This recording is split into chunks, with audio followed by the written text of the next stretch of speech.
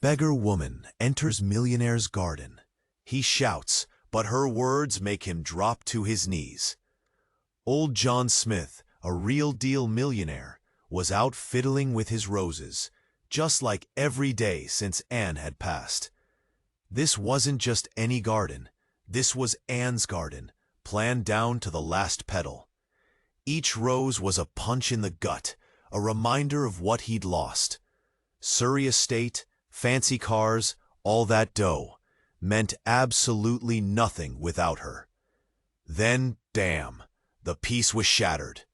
A woman, skinny as a rake and looking like she'd slept in a hedge, was standing right at the edge of his prize-winning roses. Trespassing? On his land? John, who hadn't yelled in months, roared, demanding to know what the heck she thought she was doing. Security asleep at the wheel or what? But then she spoke. Her voice was raspy, like she'd swallowed sandpaper, but clear. She didn't even flinch at his shouting. Instead, she pointed a shaky finger at a single white rose, practically hidden by the showy red ones. My little Lily, she needs that rose. It's for her mom, Claire. She's sick. Real sick. John just stood there mouth gaping. A kid? Sick mom? A rose? What in tarnation was going on? The anger just drained out of him, replaced by something. Maybe it was pity. Maybe it was a ghost of the kindness Anne always saw in people.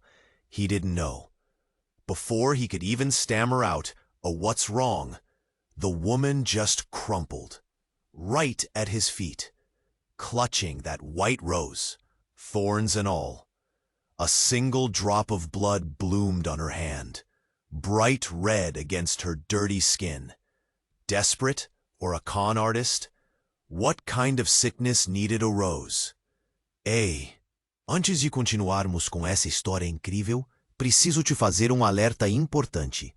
Muitos inscritos têm relatado que o YouTube removeu suas inscrições sem aviso. Dá só uma conferida rápida no botão vermelho aí embaixo para garantir que você ainda está inscrito no canal. Não quero que você perca nenhum conteúdo exclusivo que vem por aí. E já que você está aí, deixa aquele like poderoso que me ajuda muito com o algoritmo.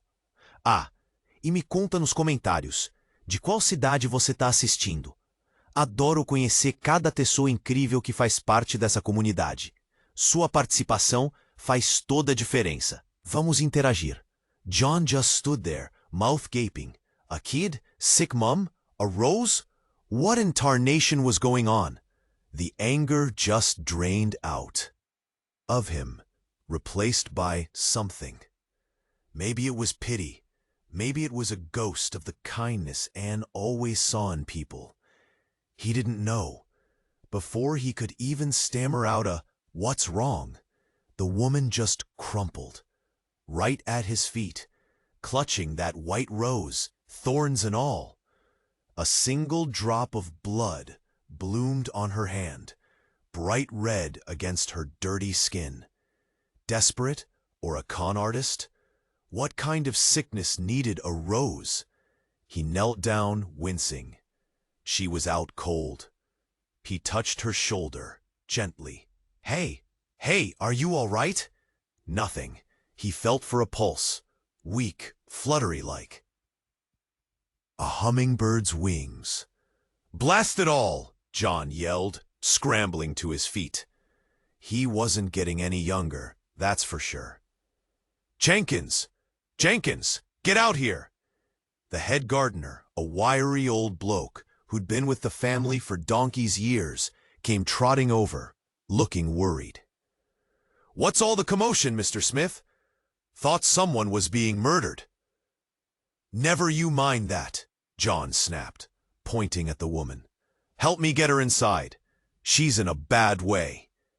Between them, they managed to haul her into the house and laid her out on a chaise lounge in the sunroom. John called for Mrs. Higgins, the housekeeper, who bustled in with smelling salts and a flurry of questions. Good heavens, Mr. Smith! What on earth? Never you mind, Higgins. Just see if you can rouse her. And get some water, will you? It took a few minutes, a lot of waving smelling salts under her nose, and a splash of cold water to the face. But finally, the woman groaned and her eyes fluttered open. She looked around, confused.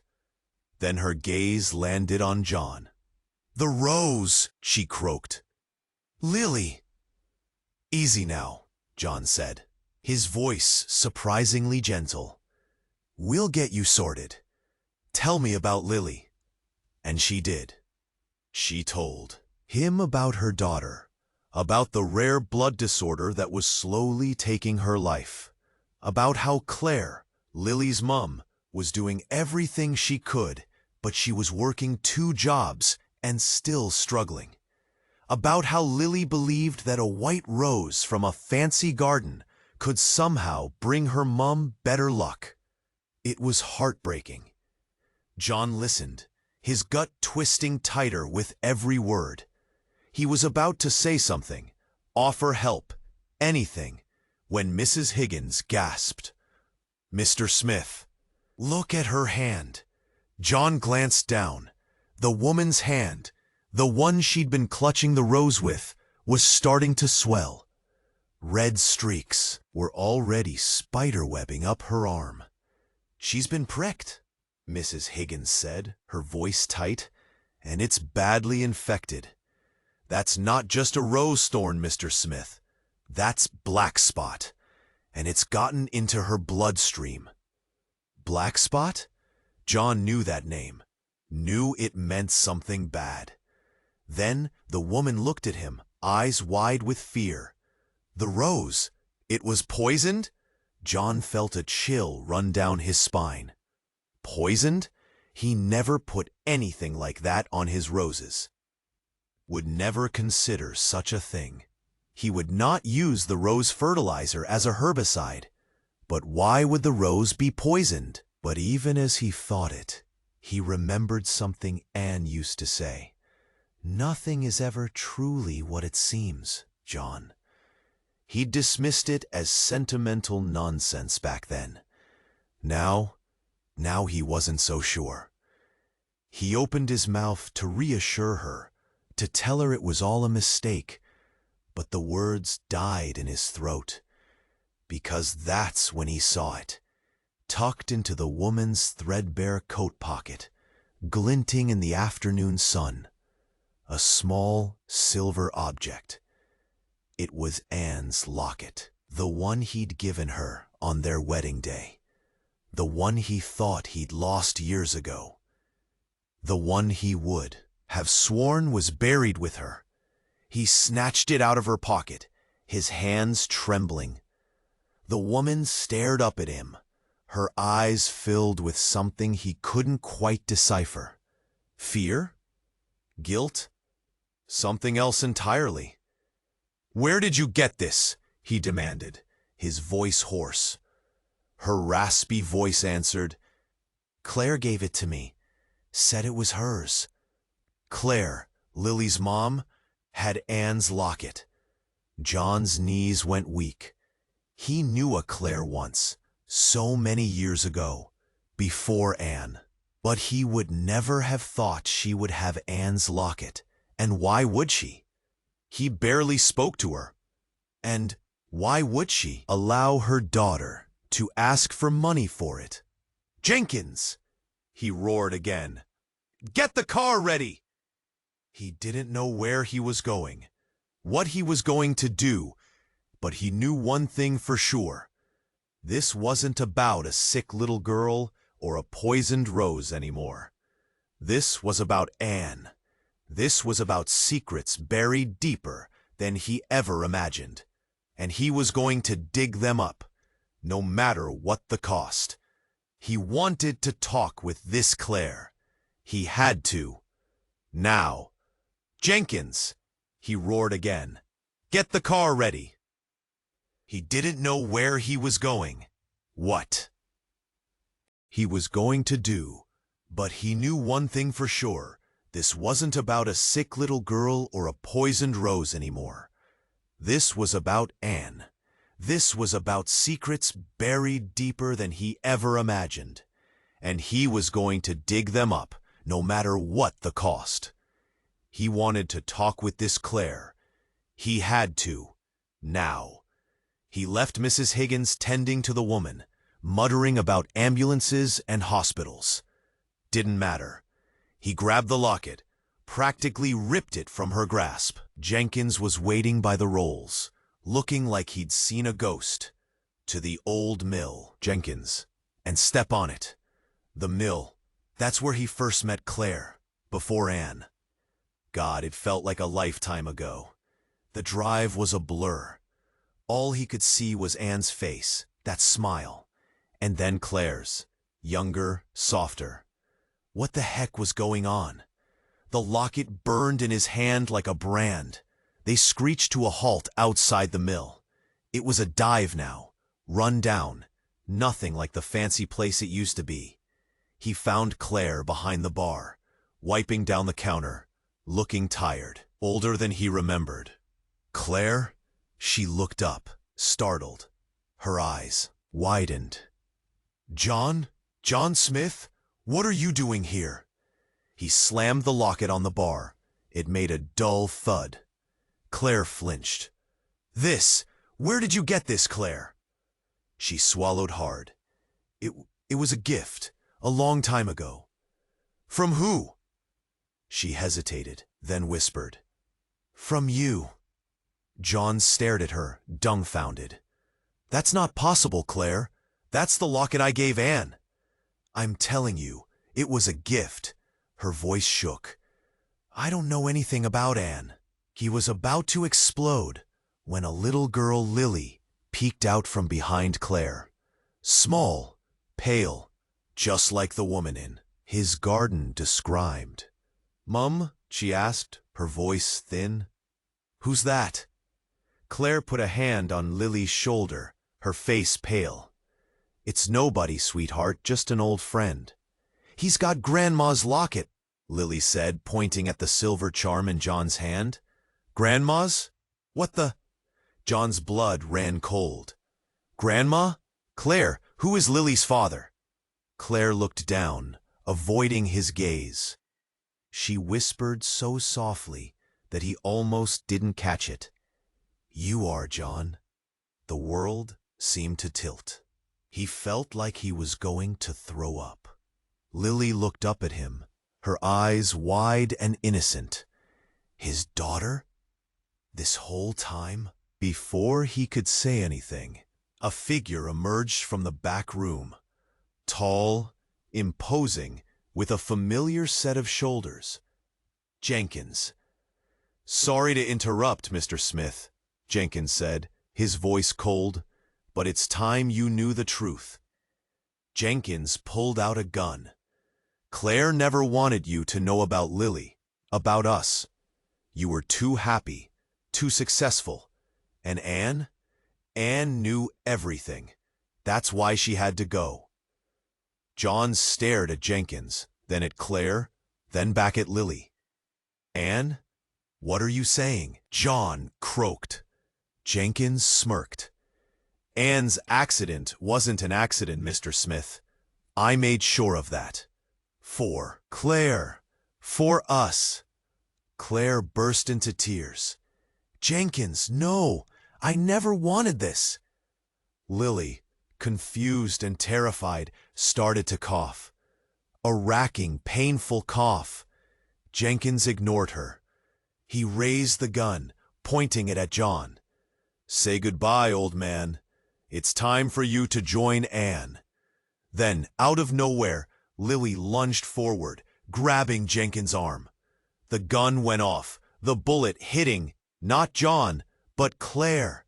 She crumpled to the floor, blood spreading across her chest. Lily screamed.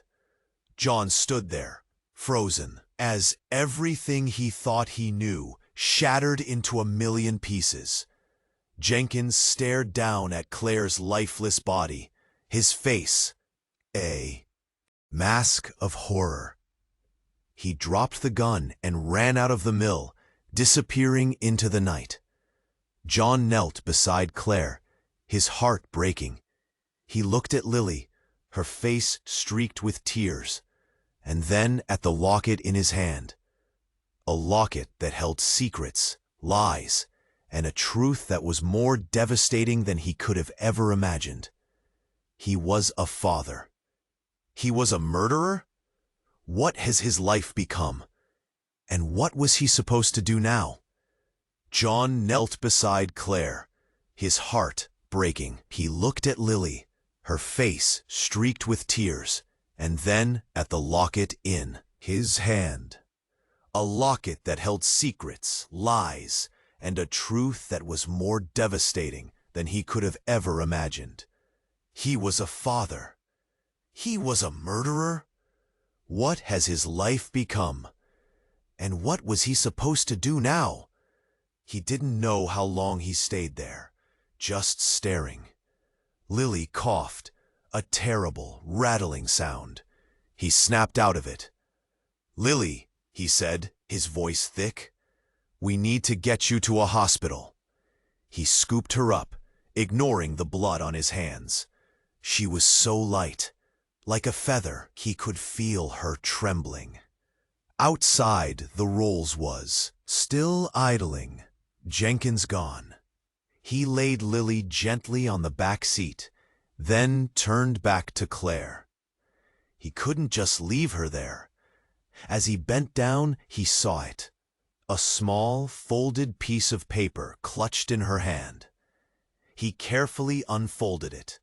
It was a letter, addressed to him. His hands shook as he read the spidery handwriting. It was Claire's. "John, if you're reading this, it means things have gone terribly wrong. Jenkins is unstable. He's always been obsessed with me, with us. I tried to keep him away. But Lily isn't your daughter, John. She's Anne's. I was helping her. She knew Jenkins was dangerous and he was stalking her. He had found out, somehow, that you were not capable of conceiving." He blinked. "What? You and Anne always wanted a child. I agreed to be a surrogate. It was the least I could do for her, for you. I wanted to help. Anne never told you because she feared it would make things worse. Jenkins found out about Lily. He threatened to tell you the truth, to ruin everything.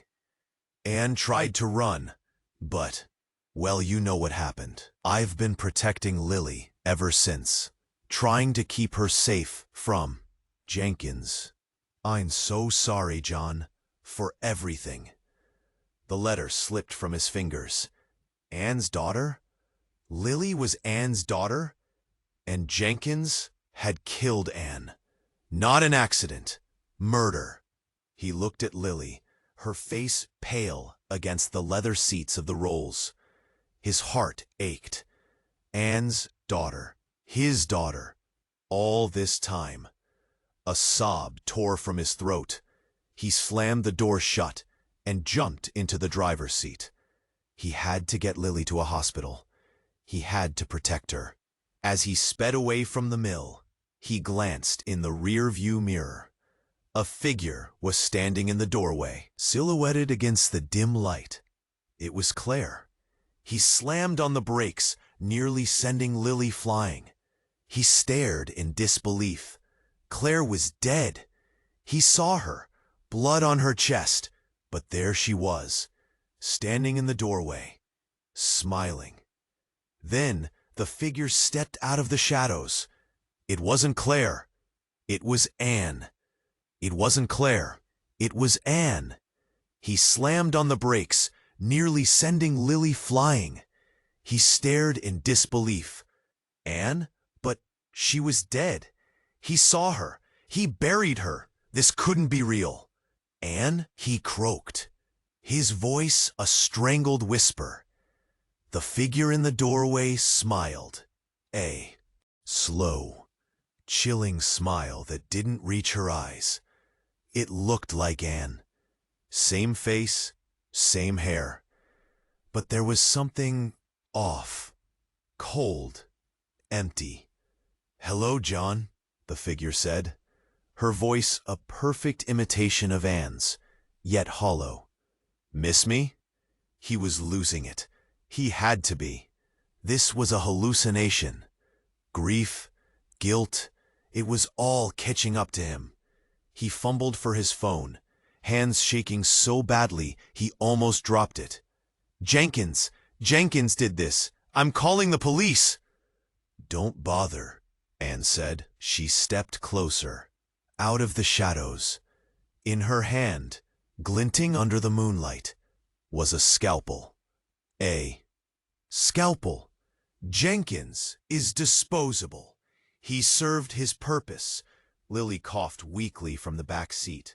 John's head snapped back to her. He had to protect her. "From Anne? What are you doing?" John demanded, his mind reeling. "What is this?" "This, darling John," Anne said, her voice dripping with saccharine sweetness, "is payback." She lunged. He barely had time to react. He threw himself out of the car, slamming the door shut. Just as Anne reached it, the scalpel scraped against the metal. "Lily!" he screamed, scrambling to get back into the car. He had to get her out of there. Anne was faster. She smashed the window with the butt of the scalpel handle, shards of glass raining down on Lily. The little girl screamed. John roared, pure rage exploding inside him. He grabbed a tire iron from the trunk, his hands slick with sweat. "Stay away from her," he bellowed, charging toward Anne. But she didn't flinch. She just smiled that same cold, empty smile. And then she said something that made his blood run colder than ice. "She's not your daughter, John." He froze. The tire iron slipped from his grasp. "What?" "Lily," Anne said, her voice dripping with malice, "is Jenkins' daughter. I made sure of it. I wanted you to suffer, John. To raise another man's child, thinking she was yours." He staggered back, the world spinning. Jenkins? But the letter. Claire. "Claire was lying," Anne said, reading the confusion on his face. "She was always jealous of me. I used her, played her like a fiddle. It was all so easy." She stepped closer, the scalpel glinting in the moonlight. "And now, John," she whispered, "it's time for your final curtain call." Suddenly, a shot rang out.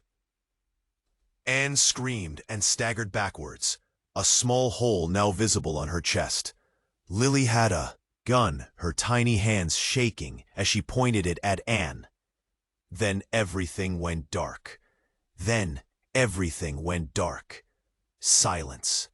Then a ringing in his ears, so loud he thought his head would explode. He was on the ground, something wet and sticky on his face. Blood. Whose blood? He pushed himself up, groaning. Lily. Where was Lily? He scrambled to his feet, vision blurry.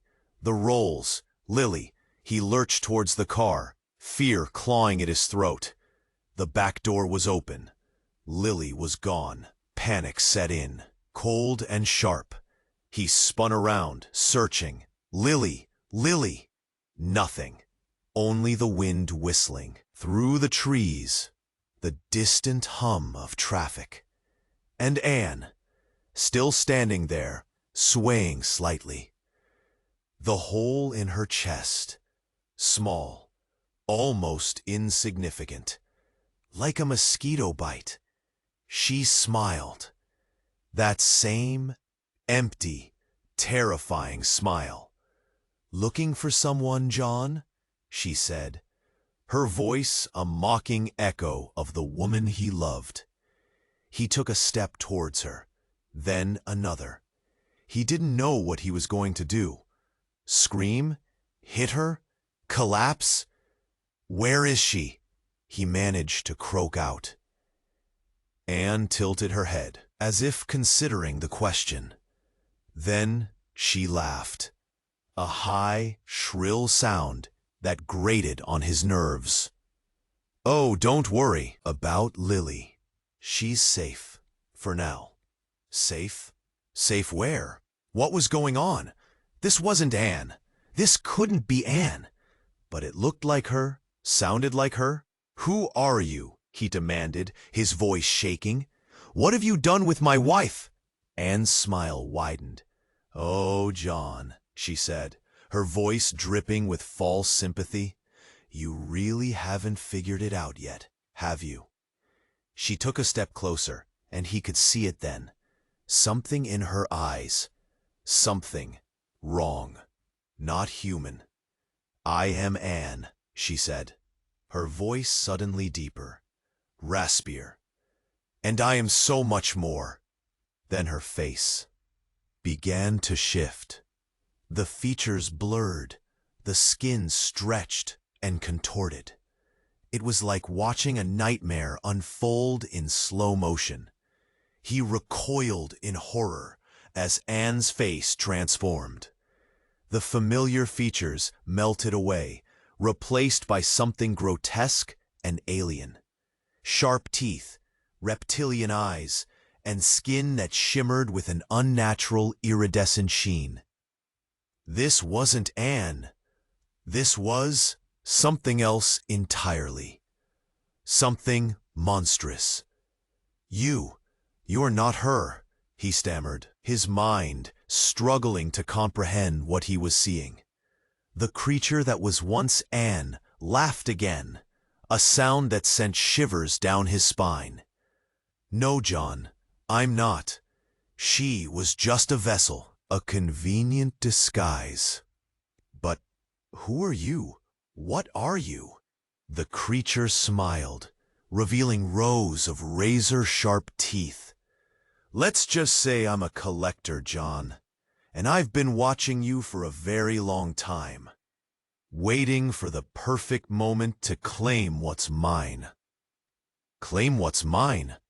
What was it talking about? Then it hit him. Lily. "Where is she?" he screamed, his voice raw with terror. "What do you want with her?" The creature that was once Anne just smiled. "She's special, John. Very special. And soon she'll be mine." Then it vanished. One moment it was standing there, the next, gone, vanished into thin air. He stood there frozen in place, his mind reeling. Anne wasn't Anne. She was some kind of monster, and it had Lily. He had to find her. He had to save her. But how? He didn't even know what he was up against. He looked around, desperate for a clue, anything. Then he saw it, lying on the ground, half hidden in the grass. The locket. Anne's locket. The one he thought was buried with her. He picked it up, his hands trembling. He opened it. Inside there was a picture, not of Anne, but of Lily. And on the back of the picture, a single word was scrawled in blood. Run. Run. Run where? From what? He clutched the locket, the metal digging into his palm. Lily was out there, somewhere, alone, and he had to find her. He looked around, trying to get his bearings. The mill was a wreck, glass and blood everywhere. He couldn't stay here. He had to move. He spotted the rolls, parked awkwardly on the side of the road. The keys were still in the ignition. He jumped in, heart pounding, and slammed the pedal to the metal. He drove aimlessly at first. The image of Anne's twisted face burned into his mind. A monster. She was a monster. And Lily was out there, vulnerable. Then he remembered something. Something Anne used to say. The oak tree. Always go to the oak tree. The oak tree.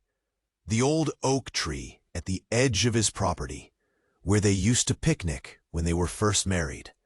A place of peace, a place of safety. Could Lily have gone there? It was a long shot, but it was all he had. He turned the rolls around and headed back towards the estate, adrenaline coursing through his veins. He had to get to Lily before whatever that thing was did.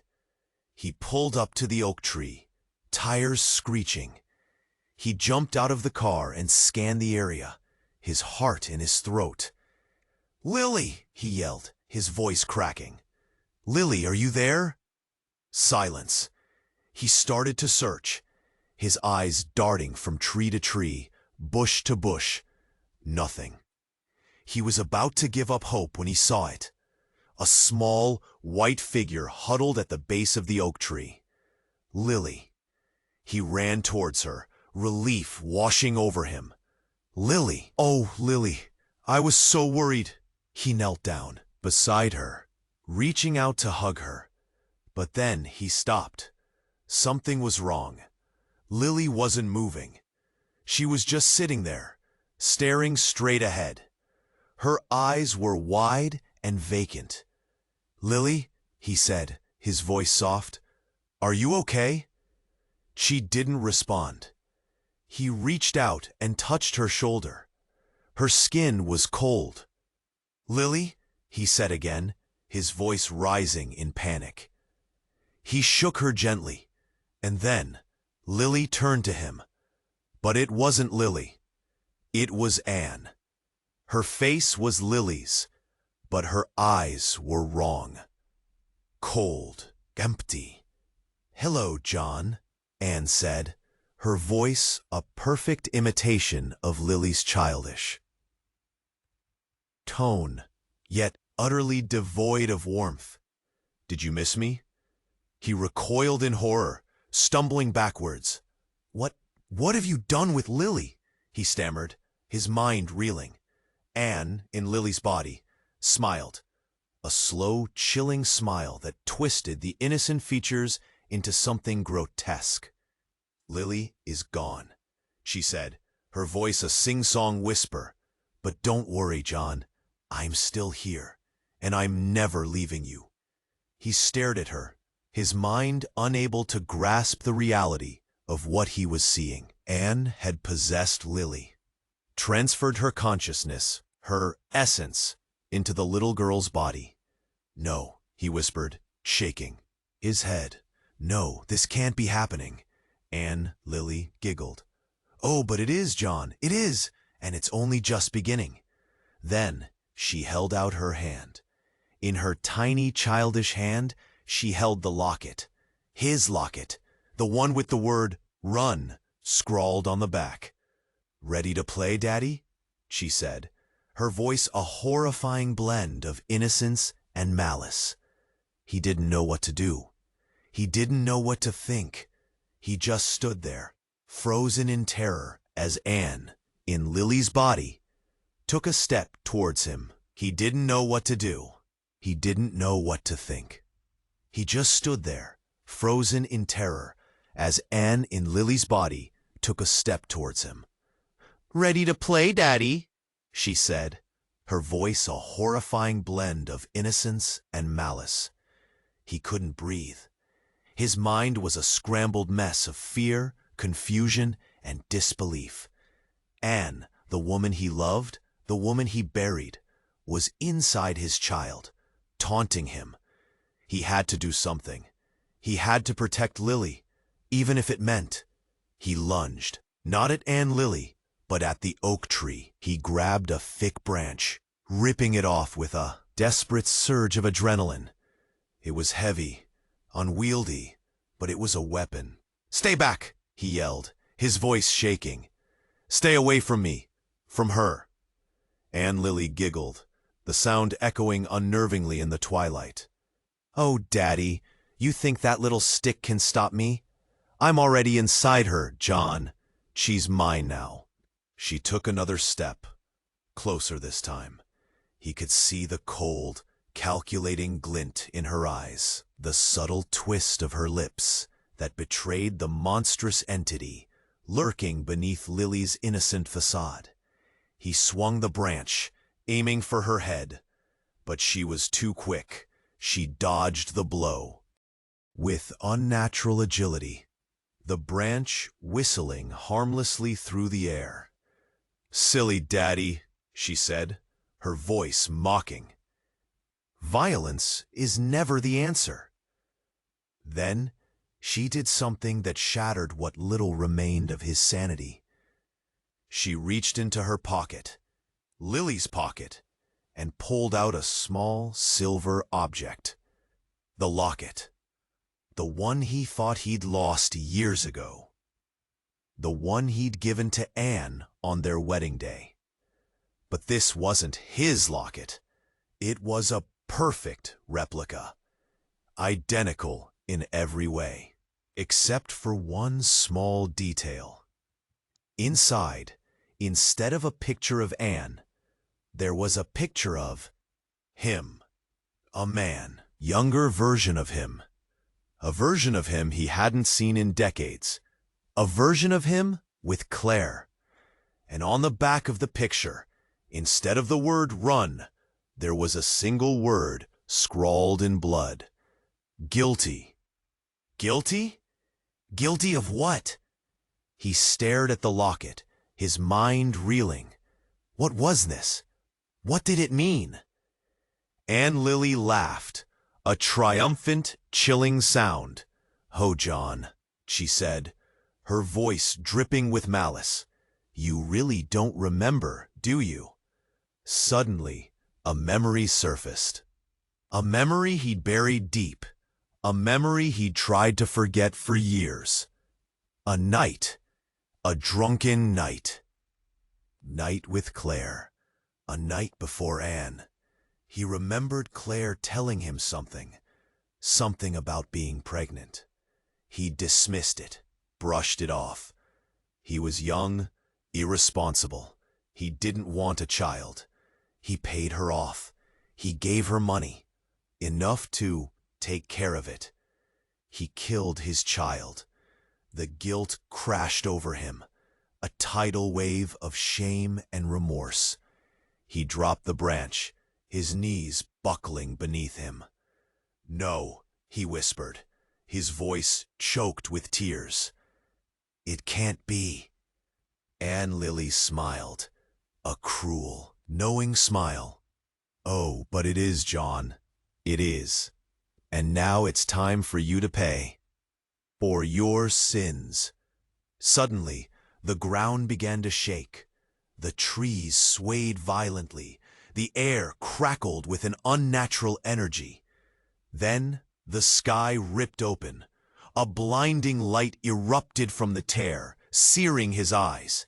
He shielded his face, his heart pounding in his chest. And from the light, something descended. A figure, tall, imposing, radiating power. It looked like him, but not him. An older version of him. A twisted, corrupted version of him. A version of him consumed by guilt. The figure floated down, landing silently in front of him. It stared at him with cold, accusing eyes. "Hello, John," the figure said, its voice a deep, resonant echo of his own. "It's time to face your judgment." And then Anne Lily spoke, her voice now a chorus of whispers. "He's here, Daddy. He's come to take you away." The figure reached out a hand, its touch sending a jolt of pure terror through his body. "Come with me, John," it said. "It's time to atone." He didn't want to go. He didn't want to face whatever horrors awaited him. But he knew he had no choice. He looked at Anne Lily, her face a mask of chilling innocence. He looked at the figure, his twisted, corrupted self. He was trapped, caught between two monsters. And as the figure pulled him closer, He knew one thing for sure. This was just the beginning of his torment. This was his hell, and it was only just beginning. He didn't want to go. He didn't want to face whatever horrors awaited him. But he knew he had no choice. He looked at Anne Lily, her face a mask of chilling innocence. He looked at the figure, his twisted, corrupted self. He was trapped, caught between two monsters. And as the figure pulled him closer, he knew one thing for sure. This was just the beginning of his torment. This was his hell, and it was only just beginning. His hand touched the other's, and everything went white. A blinding, searing white, like staring into the sun. Then nothing. Complete and utter blackness. He felt himself falling, tumbling, like a leaf in a hurricane. Was this death? Hell? Empty. Then a voice. Not the booming, corrupted voice of the figure. This was soft, familiar. John, John, can you hear me? He forced his eyes open. Blurry, everything was blurry. But then it cleared. He was lying on the ground, not the grassy clearing near the oak tree. This was his bedroom? Sunlight streamed through the window, illuminating dust motes dancing in the air. He was in his four-poster bed. He sat up, groaning, head pounding. What had happened? The mill, Anne, Lily, the twisted figure. It all felt like a nightmare, a horribly vivid nightmare. John, darling, you're awake. Anne. She rushed to his side, her face etched with concern. But this wasn't the monstrous Anne, the thing that had possessed Lily. This was his Anne. Warm eyes, gentle smile, the Anne he knew and loved. He reached out, touching her face, afraid she'd vanish. Anne, is that really you? She laughed, a sweet melodic sound. Of course it's me, silly. Who else would it be? He pulled her close, burying his face in her hair. She smelled of roses and lavender, just like he remembered. But the mill, Lily, Jenkins, you were dead? Anne frowned. What are you talking about, John? You've been having a bad dream, a really bad dream. A dream? Could it all have been a dream? But it felt so real. The fear, the pain, the horror. He looked around the room again. Everything was normal. His paintings, his books, his comfy armchair. It was like nothing had ever happened. But, Claire, the locket? He stammered. Anne squeezed his hand. John, you need to relax. You're still not making any sense. There's no Claire. No locket. It was just a dream. He wanted to believe her. He desperately wanted to believe it was all just a horrible, twisted dream. But something didn't feel right. The locket. He could still feel it in his hand. Cold, heavy. He pulled away from Anne and looked down. His hand was empty. But then he saw it. Lying on the bedside table, a small, silver object. He reached for it, his heart pounding in his chest. He picked it up, the locket. He opened it. Inside there was a picture. Not of Anne, not of Lily, but of Claire. And on the back of the picture, a single word was scrawled in blood. Wake up. Wake up. The locket slipped from his trembling fingers, clattering to the floor.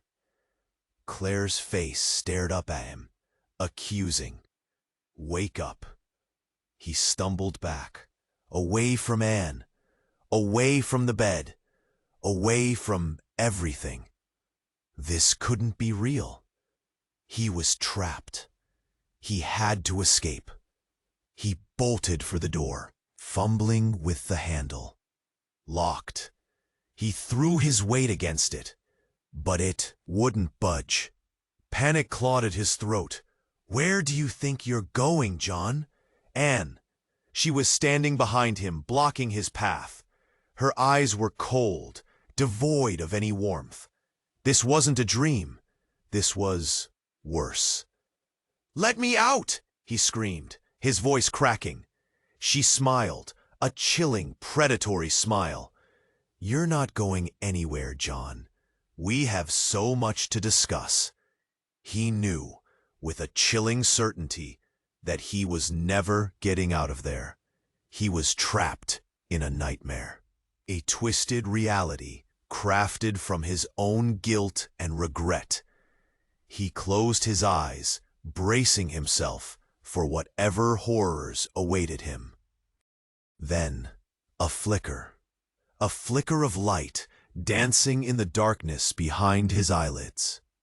A faint whisper, like a breath on his ear. "John, help me.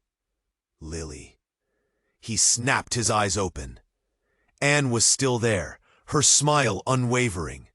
But something had changed. He could feel it.